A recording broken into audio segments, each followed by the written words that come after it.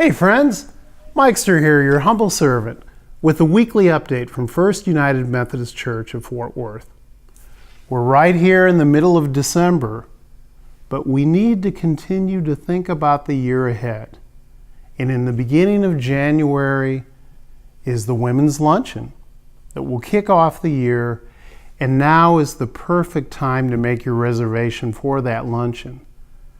And so, take a moment now between shopping and decorating and go ahead and register for that women's luncheon in January. And registration is also required for Baptism 101. We always do it on the third Sunday of every month. Over the last few months, Reverend DeAndrea Dare has met with about a dozen different families who have had children born. They're excited and they're wanting to learn about what baptism means and how it happens here at our church. And so DeAndrea is ready to lead another version of that this month, and all you need to do is register online with Gail Ammerman for that. And thank you for doing that. And you know, we love movies. And there is a movie coming up here at the church that you will want to see. It's going to be shown on Thursday, December 20th. Here in the church, room 350. It's going to be shown at 10 o'clock in the morning. The movie is the Nativity story, the story of Mary and Joseph and the struggles of a young couple and eventually the birth of the Christ child. So come, be a part of that. Enjoy that movie with others right here. It'll be a lot of fun. And you know,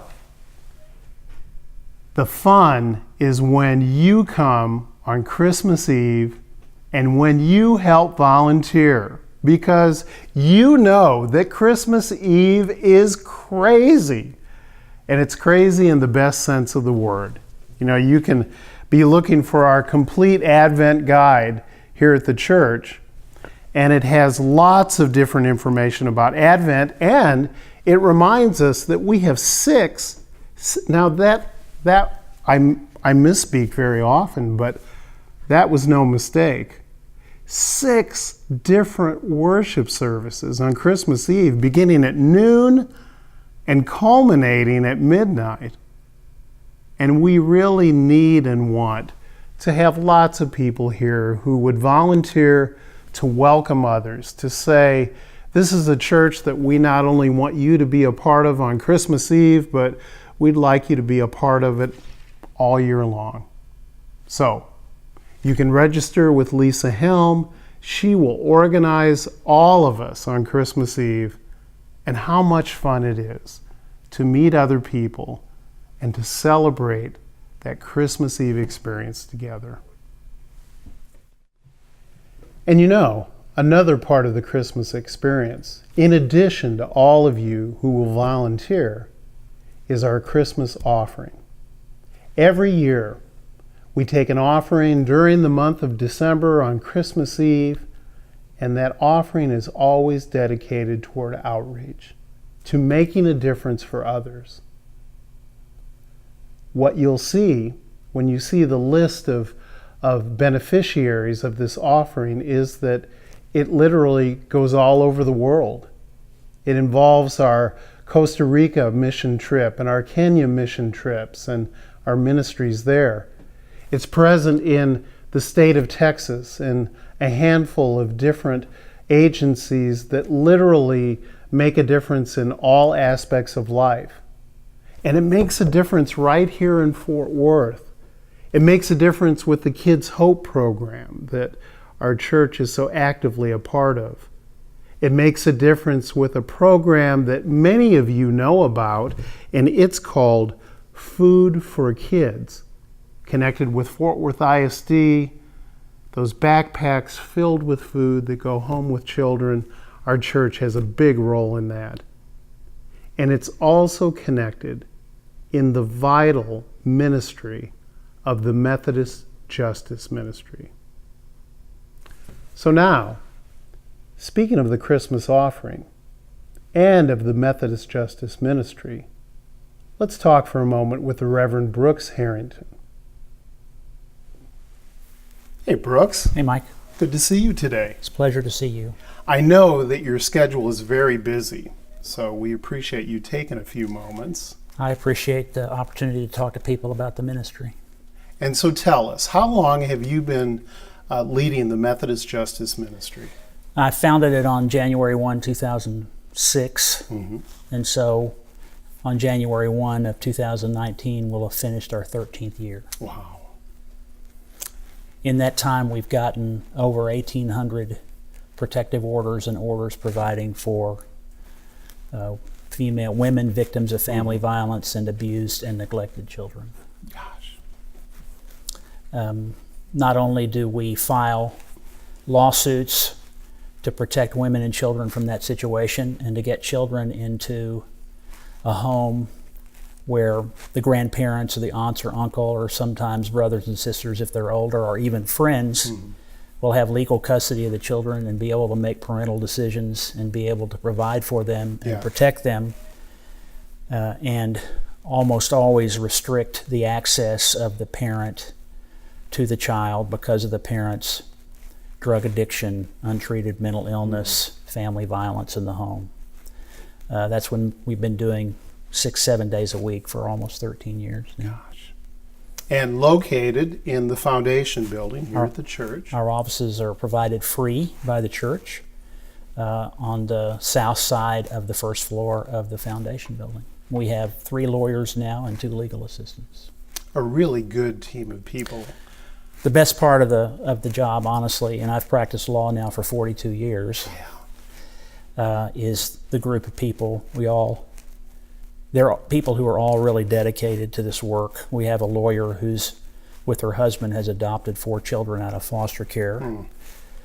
We have a legal assistant who was first our client, who got legal custody of her 5 nieces and nephews because of family violence and and drug use in the home. We have another legal assistant who was initially our client, who we obtained custody of her nephew for the same kinds of reasons.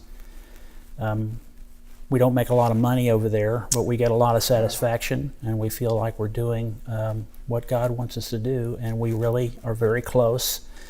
I'm a former Marine, as you know. It's kind of like the foxhole friendship when you're doing the same kind of thing. We're very close.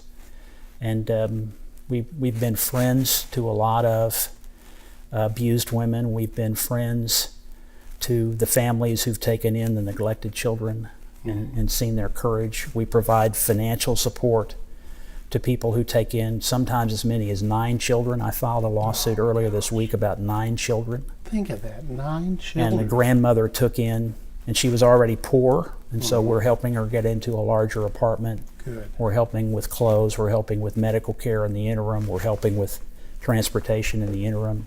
That's the kind of thing that we've been doing for a few days short of 13 years. Gosh. And it's made possible by the support of this church and the financial contributions of the members of the church. Yes. So using the phrase, speaking of helping, one of the things that we can do to help, we meaning the congregation, is to support the Christmas offering this year, because Methodist Justice Ministry is an important part of that. We pay the personnel salaries, our staff salaries, but more than that, we provide the emergency financial support, the legal fees, the filing fees, the investigators' fees. It's a law practice and very intense and very difficult. We provide all of that through donations from individual church members and others outside the church. That's outside the budget. Right.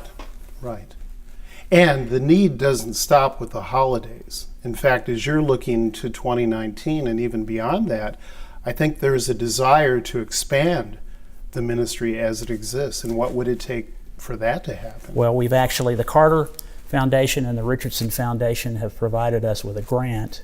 Good. That's how well the Methodist Justice Ministry is thought of in the community, although we're not really well known.